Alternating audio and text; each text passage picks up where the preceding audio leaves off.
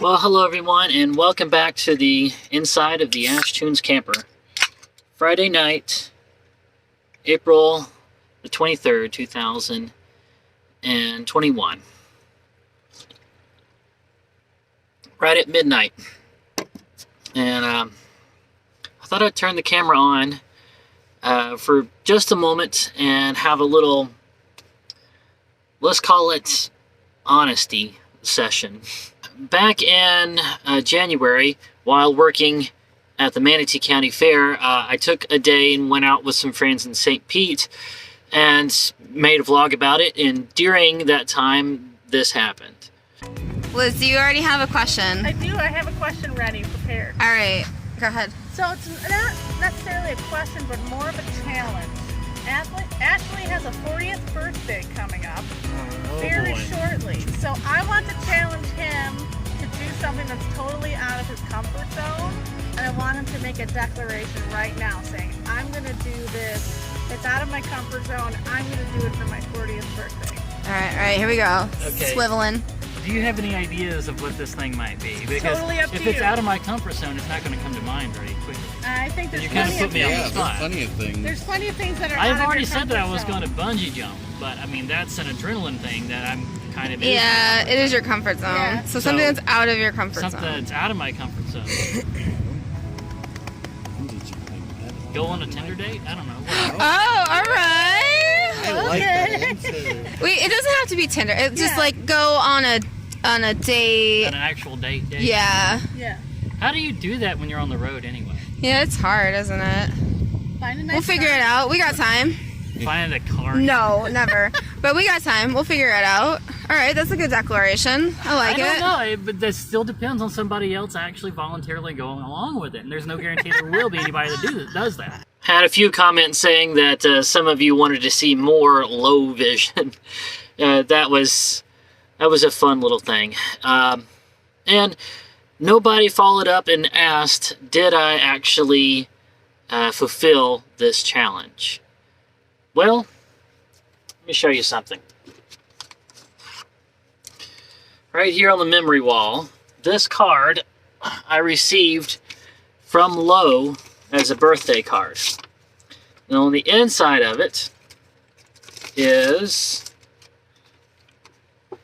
this right here. It says 1 ticket to happiness, subscription to Cross Mingle. And this was a 6-month subscription that she had given me. And not only did she make a profile for me on Christian Mingle, she also tried a couple of other sites that turned out to be not so good. This one got some results. She started actually talking to some girls and really spent a lot of time going through. And I knew she was doing some of this because she kept asking me little questions and stuff that she wanted to put on the profile, and asked me for some pictures, and actually took some pictures as well. And I kept telling her that she probably shouldn't get too much time invested into such a lost cause. And she came through and actually set me up on a date. Now, I'm not going to say the girl's real name. Of course, we don't want that, so I'll just make one up. Let's say her name is Deborah. So Deborah is 36 years old, and at the time I was right about to turn 40, so the age gap was not really an issue. She lives in a little town just outside of St. Augustine. She's living with her parents because she just went through losing a job, and now she's had a new job for a while and building up to her own independence again. She works as a veterinary's assistant, and she is not interested in having kids, and she is slightly autistic, or high-functioning autistic. So we both, at that point, are not good at picking up on social skills. And being as she's on Christian Mingle, it seems like we would have pretty close to the same kind of values, politically, religiously, that kind of thing. Also, she took care of herself. And you could tell she, was conscious of what she ate and went bike riding, and that kind of stuff was on her profile, and it was very obvious she took care of herself, and I was excited to meet her. So at the time I was staying in Sebring, I was getting geared up and set up for the Highlands County Fair. And I went out and got myself a brand new outfit and sent pictures of it over to Lo to get her, opinion on which shirt and which pair of pants I should wear. And kept asking her a bunch of questions, so I might be a little more prepared, because I still hadn't spoken with Deborah. This had been something that Lo had set up for me. So the night of the date arrives, and I'm still excited, but butterflies, because I haven't been on a date since I was like 30 years old. Yeah, quite literally. It's been almost 10 years. And yeah, I'd gotten that date through Match. Is that even still a thing? Anyway, so I went to where Lo was staying over in Kissimmee, getting ready for her next fair, and we carpooled over to St. Augustine. And we're going to meet Deborah at a Starbucks, because that seemed like a very kind of light, informal way to do a first date. So we get there, and it turns out you are not allowed to go into the dining area to sit down at this Starbucks, because they are still worried about the whole panorama thing. So yeah, so there is still the outdoor tables. The weather was nice that night, so I had Lo go through the drive-thru and pick up a tea for me. And so I'm sitting there waiting for my tea to cool, and Deborah pulls up and gets out of her car. And I recognized her because I had seen her picture. And so I said, "Hey, Deborah, right?" She's like, "Yes." And it's such an awkward thing to meet somebody for the first time, and that both of you are interested in trying to find a special someone, and you're trying to figure out if maybe this person is that. And so it's that awkwardness. "Hey, yeah, it's me." I said, you can't go into the lobby. You have to go through the drive-thru. They've closed the lobby. And so she drives through and gets her, I don't remember what she drank, a chai tea or something. And so we're sitting there talking, and it was just, basic, bat the ball back and forth, try to keep things going. Talked about her job a little bit, tried to get her to, talk about what she likes to do for fun, that kind of thing. And eventually I sent a text over to, because she actually said she was hungry. So I sent a text over to Lo asking her if she, what was it, could come and get us and go over to a little restaurant, one of the restaurants in St. Augustine. So there's a little walking area out there that's really nice. It's got a lot of little restaurants with outdoor dining patios, and so we ended up going over there and having a little dinner. And actually, I still have the receipt for that. So it started out with the coffee date, and then we ended up doing this. It was Mihan's Irish Pub. Still have the receipt for it. So, she ordered a little something, a little sandwich or something, and of course I paid for it. My treat. And I was feeling pretty good, feeling pretty comfortable, because I had shown her that I was somebody that had friends, and so that kind of made me like a pre-selected person. So I walked her, eventually it was time for her to go home. She had to be at work in the morning. So I walked her to her car, and we exchanged phone numbers, and she left. And I've said this many times, guys. I don't pick up on social cues. Really, at that point, had no idea where I stood with her. If she was impressed by the date, if she liked me, or what. So, what did I give it? Yeah, it was the next day. I think it was midday the next day. I sent her a text. And I asked her if she preferred to phone calls or text, which one she liked better. And she said she preferred text. And, which I prefer text too, but when I'm trying to develop a friendship or a relationship with someone, that it doesn't seem like a texting back and forth really helps that kind of thing to grow. But she said she wanted to text, so that's what I did. I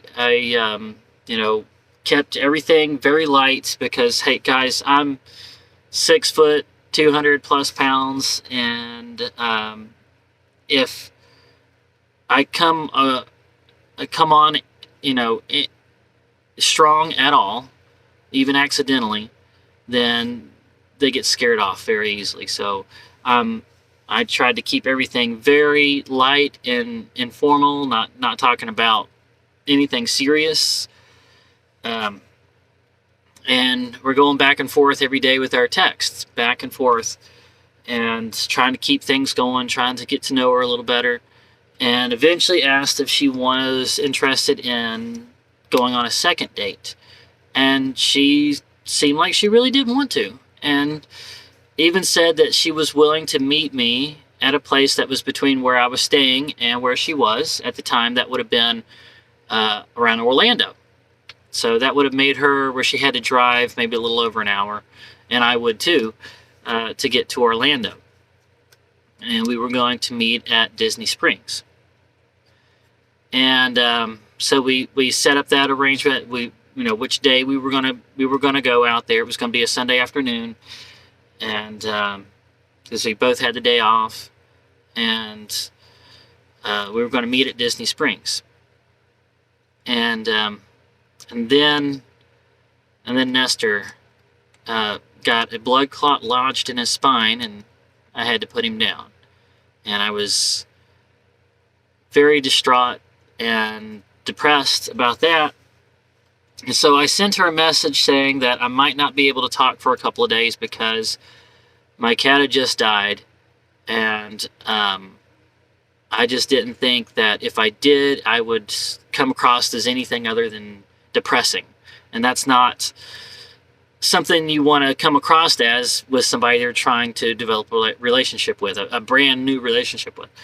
So I just said I'm not going to be able to talk for a couple of days. My little buddy just died. And she said she understood, and that was that. I gave it a couple days, and then I sent her another text because I realized that I could get packed up quick on Saturday night and get out to Kissimmee. That would get me a little closer to where she was, and so that maybe we could meet in a place where she didn't have to drive so far. So I sent her a text letting her know that, and and then she sent me a text back that said this. And it was, no, thank you. I'm in a relationship now. I wish you all the best of luck. And so I never got a second date with Deborah. It was just the one. And this dating profile that Lowe set me up with, it was for 6 months. But it's set up under their email address. And so there's not really a way that I can take their information and log in. Not anything that they really wanted to give me for some reason. And so I could log into it and use it myself. This was something that they would have had to continue setting me up with the different dates. But after that, even Lowe and Liz completely lost heart in trying to find me another date. It was like I told them, don't get too invested in a lost cause. So that's the entire story of my 40th birthday challenge to do something completely outside of my comfort zone. It was a success followed by a crashing failure. But honestly, it ended exactly the way I thought it was going to end.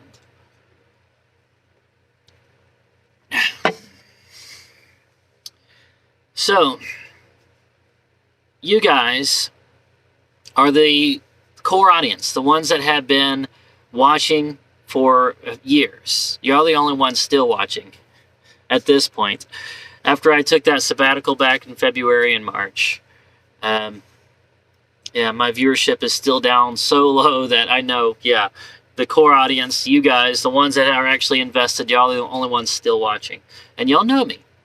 Y'all have seen what I do, where I live, and I love my life. I love the independence and the adventure of it. To me, it's awesome. It's everything I dreamed of when I was a kid growing up. You know, that's why I wanted to be a traveling artist, and I made it happen. But I would like to find that special someone. You know, I'd love to have that bond with someone and actually love someone and have them love me back. To be able to invest in someone and to, I don't have to describe it. You guys know what I'm talking about. But I don't have the things going for me that women look for when they're trying to find their special someone. It is the same thing it's been since time began. When they're looking for a man, they want someone that other men look up to.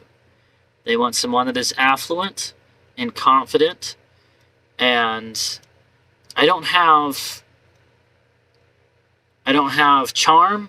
I'm not handsome. I don't have a lot of money. I'm not a leader of other men. About the only thing that I think some women might find attractive is that I am independent and handy. But that's not enough. I don't have enough going for me. And to top it all off, I don't have social skills. Like, hardly at all. I don't pick up on social cues. When I'm taking these vlogs, guys, and I'm interacting with my friends in these big group settings, and I'm taking video, it's happened so many times where I watch the video back and I actually start noticing stuff where people were trying to give me hints that I needed to back off of a subject or back out of somebody's space or just shut up, and I didn't. And I'm like, man, I thought I was really vibing in that situation, but man, I was just being an a-hole. So I don't. You know, I'm 40 years old, and I've been practicing and rehearsing and trying to do the whole vibing, social cues, that kind of thing, and I'm not good at it now, and I think it's pretty safe to say I'm never going to be good at it. I'm going to continue trying, but it's not something that comes natural to me. I don't get it. I'm not charming. I don't have the charisma. I'm not handsome. And I'm not affluent. I make money, guys. It's there. But even at times when I am making a lot of money, I don't spend it. That's the thing that keeps me afloat in those times of my life when the money stops coming in, i.e. 2020. Now that I've turned 40, the chances that I am going to find that special someone are pretty minuscule. But at the same time, I look at, these couples on the internet like Mike and Becca and Big Joe and Malia and Will and Dawn and Ewu, Explore With Us. These couples that they don't get in each other's way and say, yeah, you shouldn't be spending so much time on that YouTube channel. they actually team up and they get behind each other and push. And when I went to ISCA in 2019, the top 4 winners of like Golden Nosy and People's Choice and Best Portfolio and all of this, the top 4 winners, when they did their little acceptance of their awards, they said, I wouldn't have been able to do this without my wife. And you see them there in the artist alley, and their wife is there to feed them and you know, encourage them and give them suggestions, and it's like a team effort. And I see that kind of dynamic really helping these other couples to really grow their channel and to get their goals. That, you know, there's somebody there to watch your back and pick you up when you fall down, and the whole team up thing. And I kind of want that. But at the same time, my last relationship that I was in was when I was 39 years old. No, excuse me, 29 years old. 39. When I was 29 years old. That was the last and only relationship that I was in that lasted for a while. Lasted 6 months. And the big lesson that I came away from that relationship with was this. That you never get into a relationship with someone hoping that they will change, or with plans to try to change them. You can't do that. And also that it's better to be completely alone than to be with the wrong person. But like I said, I have an awesome life. I love my life, and it will continue to be awesome if I never do find that special someone. So the idea of spending the rest of my life alone, it doesn't scare me. Doesn't panic me at all. The idea that, you know, I'm going to reach that age where I die of natural causes and I'll still be single, that doesn't scare me at all. So here's my question to you guys. What should I do at this point? Should I just continue developing and being the best Ashtoons I can be, and just, you know, if somebody comes along that seems like they're interested, then I will just naturally let them in? Or should I be out there seeking? Do I need to get my own profile on Christian Mingle? Maybe try Match again, or Zeusk, or whatever. Should I... Okay, Cupid. Should I be out there doing that? Going to... Where do people meet people nowadays? Bars? Yeah, that is still kind of a thing. But I don't drink. Bookstores. Parks. Restaurants. I don't know. Health food stores? Where is it that people kind of meet each other and just start conversations? Waffle House? Should I be doing this and really trying to? You guys know I don't have the social skills, but I mean, I could. There's a still small chance. Should I be out there doing that? And getting on the sites and maybe trying the apps. There's a lot of apps now. Bumble or whatever. What do you think? Is this something I should be actively pursuing and seeking and investing time in? Or should I just, you know, I don't know. So I'm opening the floor up to you guys. Yeah, this has been a long meandering video, so if y'all are still there, let me make you a promise. Every single comment that is on this video, I will reply to. Every single one. Now, not the ones that are the pity comments. You know, the ones that say, oh, you're actually very handsome. I'm not going to reply to that. That's not the reason why I'm making this video. It's not for pity. Okay? Guys, I'm 40 years old. I've aged out of this. You know, oh, pinch your cheek. Oh, you're going to be just fine. You're really handsome. No, you know, what I'm asking for is actual, genuine, thoughtful suggestions. What do you think I should do at this point? And so every comment like that, I promise I will write a response to in my own words, I will write a response to every one of those. Okay, I've said that enough times. All right, guys, that is it. Look forward to seeing you in the next one.